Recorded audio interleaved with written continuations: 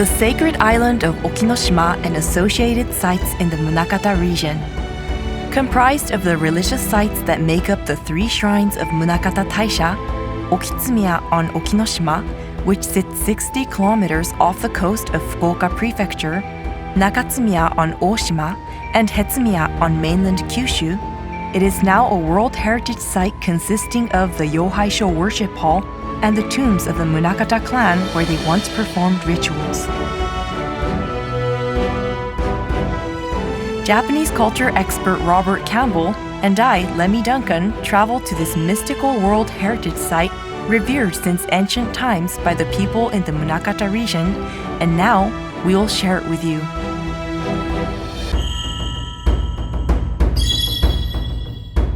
The Mysterious World Heritage in Japan. Episode 4. The Shimbaru Nuyama Mounded Tomb Group.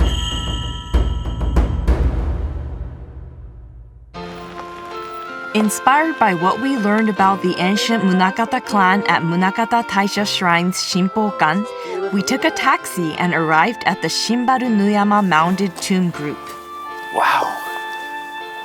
Boy, that's a beautiful view, huh? It is. It looks so organized. All the lines. Yeah, all the lines are there. It's this perfect sort of vista there, out there. Look at these mounds right there in front of us. This sort of diagonal line right there. Wait, are these the tombs? Yeah, those are the mounded tomb group, right there. Really, really ancient tombs right there. And they're pointing, it's almost like a straight line, an arrow out to that island. Wait, is that the island we were on? Yeah, that's the island that we went to. That's Oshima? Yeah, that's Oshima. Oh, okay. Oh, they're facing? Right, they're facing each other, and on the other side of Oshima is Okinoshima, right? That's so cool how everything is aligned. It's all completely aligned up with each other, right? Hello there. Hello. こんにちは。私ここの古墳展望所でガイドをやっております福津市の観光ボランティアガイド会の有吉と申します。ここにある古墳群が沖ノ島祭祀をやった宗像の方たちのお墓だということで、この古墳群が非常に重要視されたということで、皆さんに今案内をしているところです。ここはずっと入り組だったということで、ここの丘陵地帯、いわゆる大地とかそういうところをうまく使って古墳を作っていったわけです。ですからあそこの建物がありますけど、あの建物の周りのところはいわゆる岬ということで入り海で船が入ってきたと、そういうことで。So that was a promontory right there, that grove over there on those roads, and then this was they sort of using the natural sort of landscape to create this. Earlier that it's interesting how it's aligned with Oshima and Okinoshima. 200キロ先はもう韓半島ということで、今の韓国ということで非常に短いその距離でいわゆる海北道中っていう言葉がありまして、海の北の航路を守りなさいよとか、そういうその天照大神で日本で一番の最高神の天照大神のいわゆるご神直命令がこの海北道中なんですよ。でちょうど5世紀の頃は日本はまだ倭の五王の時代、この海北道中で文化だとか技術とかそういうあれを輸入っていうか持ってくる大きなこの航路があったということで、その船のそういう操縦技術に長けてた古代の宗像の人たちがここにお墓があるということで古墳が。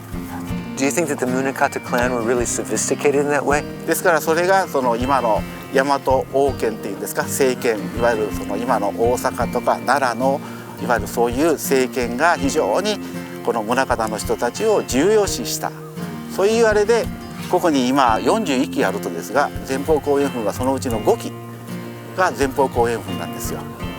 ですからもう宗像の方たちは大和の方たちと非常に友好的な一族だったということだけはこの古墳がそれを証明しているんじゃないかなと。Oh, look, there are people walking down there. もうこういうふうに本当横にですね古墳があって、もうすぐこう歩けるということで非常に1500年から1600年この地区の方たちがこの古墳を守ってくれてるということで、はい。Even now, it's agriculture around here. There are a lot of rice paddies, fields for different vegetables and things like that, and so it's like right in the middle of people's lives and what their livelihoods and so forth. So, as you said, these are not really sort of monuments that are separated from local life, but they're sort of part of the community, and people have sort of protected them and depended on them, maybe, sort of used them, but really preserved the shape of them themselves. That's really amazing.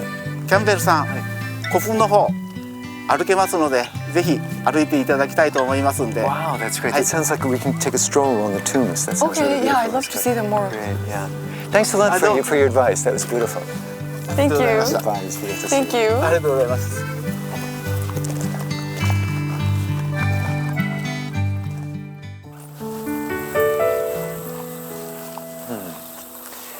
Oh, these used to be rice paddies. Maybe it looks like they're not being irrigated and planted right now, but they look like they used to be actually used for farming. Right, when we were looking from higher up, it did look like this whole place was a rice paddy, but I guess we can walk here. Yeah, this mound is really wonderful, isn't it? I mean, imagine if you weren't told anything and you just walked past it. Would you guess it's a tomb? I wouldn't guess it was a tomb, but I would think that it was man-made, I think. Right. Because the shape is so perfect. It really looks like a mound. Wow, it's amazing. Look at these really small mounds here. There's one here and then there's one in the shadow over there. Oh. Wow, oh, look at this mound. Lemi, they're all sort of connected to each other. They sort of seem to be. So some are keyhole shaped and others are just regular mounds, and then some are really enormous, and then some are like really small. Wow, and this was done over a number of centuries, right? Over maybe one or two or three centuries. So they weren't probably not all related to each other. It's like, it looks like, you know, sort of dad and one of the kids or something like that. I'm interested I'm interested to know whether the structures inside are very different, you know, over a course of a few centuries. Centuries, yeah. So, remember the guide, Mr. Ariyoshi, was telling us that they used the natural sort of geographical sort of structure of this area here to create them, and that they weren't really sort of planned to be in one line. And you can imagine that just by looking at this sort of probably gorge there. Do you think this was an ocean? Yeah, on the other side of that was an inlet. He said that this was all, and the ocean came by, and people who were sort of, you know, seaward voyagers could see all of these tombs from their ships below. This looks really unique. I've never seen anything quite like this. Yeah. Like the topography of this area. This is one from the latter half of the 5th century. Here. Oh, this one's round. Yeah, this is a round one. So maybe this was someone who was less prominent than the fellows who were in the keyhole one that we just looked at before over there. I wonder how they came up with that shape.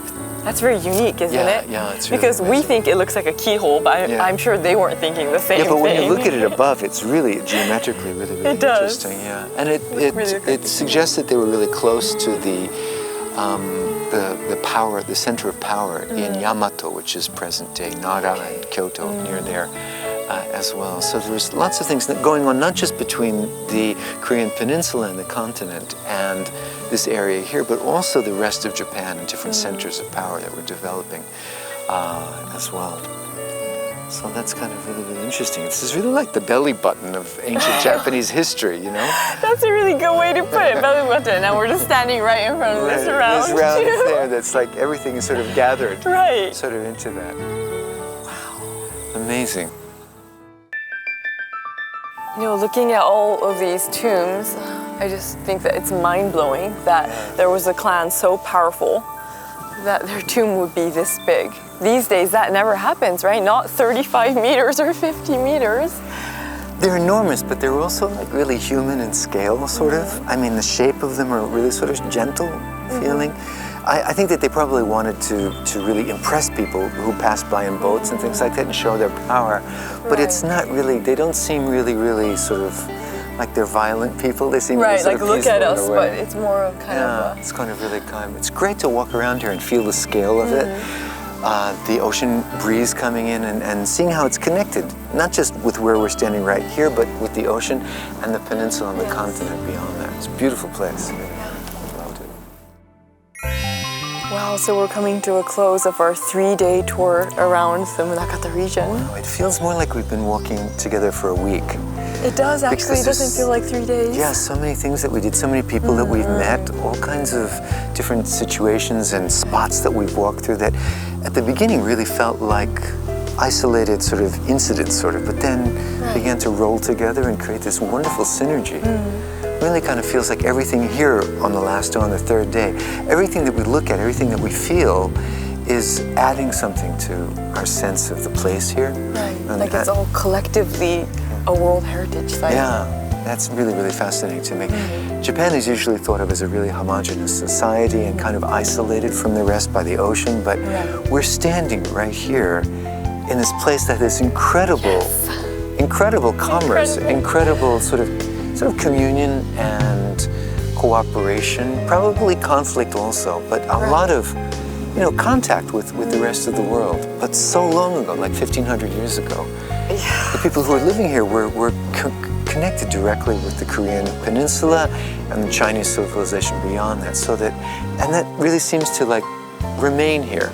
Right, that the openness. Preservation is amazing.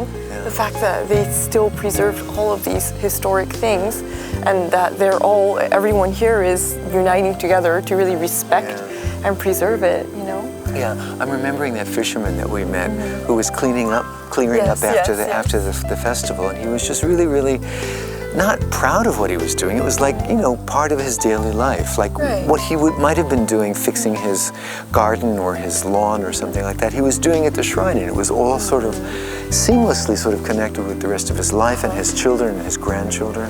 That kind of sort of local culture, and be able to participate in it by coming here and talking to these people and not just seeing the sights, but eating and sharing with them the spaces with them. It was really nice to eat the local food too. Really good, right? That was really good. Yeah, it was really good. It's definitely one main event of any trip, at least for me.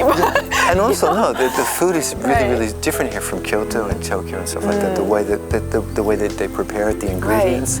Yeah, I like the fact that we walked along the Mounded tomb group, the Munakata clan, at the very end, because we got to sort of be on the same level. The plateau with them, all of the shadow and the shadings. It's a beautiful day today, and just to sort of pay our respects to these people and all the people that were with them together 1,500 years ago. It's a nice way to say thank you so much for showing us creating all this of culture. Beautiful memories. Please take a look at the entire course of the last 3 days. The first day, we visited Uminomichi Munakata-kan Museum and Munakata Taisha Hetsumiya Shrine. On day 2, we went to Oshima and traveled from Nakatsumiya to the Okitsumiya Yohaisho via Mitake Shrine. The third day, we took a boat out to get a closer look at Okinoshima and then returned to the mainland and visited the Munakata Taisha Shimpokan Museum. We then walked around the Mounded tomb group where the Munakata clan rests. This course will easily allow you to see the complete sacred island of Okinoshima and associated sites in the Munakata region. I hope you have a very nice trip. Bye!